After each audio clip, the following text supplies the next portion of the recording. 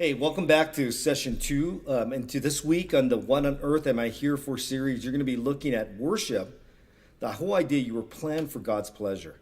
And I'm trusting that your first meeting went well and that you and your group are excited about what's in store for the whole 6 week experience.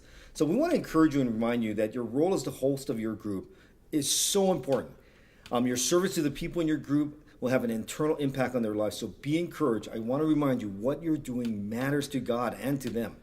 Let me also take a moment to remind you of the 4 actions you need to take each week before each weekly session. The first thing, again, watch this Helps for Hosts video for tips and suggestions. Number 2, watch the teaching session ahead of time by one of the Crossroads pastors. In fact, it's only about 20 to 25 minutes, a lot of times less. Third, review the lesson, the study guides to familiarize yourself with the discovery questions and the living on purpose group activities. And number 4, can't leave this out, it's so important to pray. Thank God for the opportunity to be used by Him in the lives of others and share any concerns you may have with Him before the upcoming meeting. Remember, God will enable you as you depend on Him. Now, we have a couple suggestions that will help your group life. First thing, groups that connect well and care about each other are the groups that stay together. So be sure to call people who didn't come back this week. Now, I know it's easier to text or email, but there's nothing like a personal touch of an actual voice. So the point is, not to bother those who are absent, but to show them that they were missed. And don't try to care for everybody all by yourself. Get somebody to help you to contact those who are absent.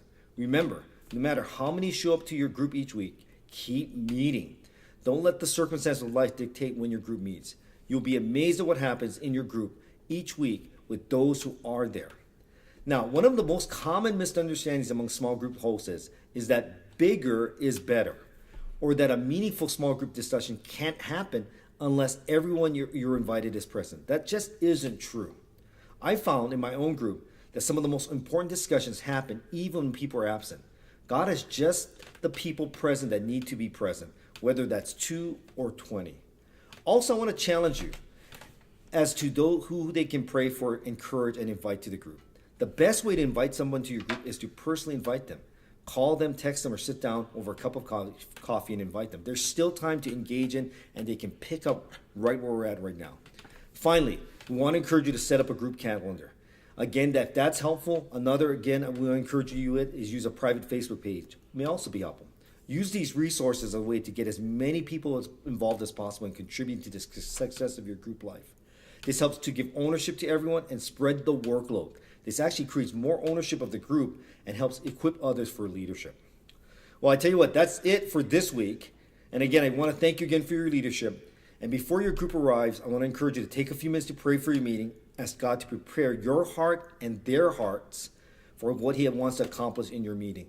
And the last thing, as we are talking about worship, we want to be sure to invite your group to the weekend at Crossroads, especially if there are people in your group who don't normally come to the weekend service, or maybe have been a little inconsistent. You might even want to connect prior to the service in the atrium and sit together. God bless you, and we'll see you next time.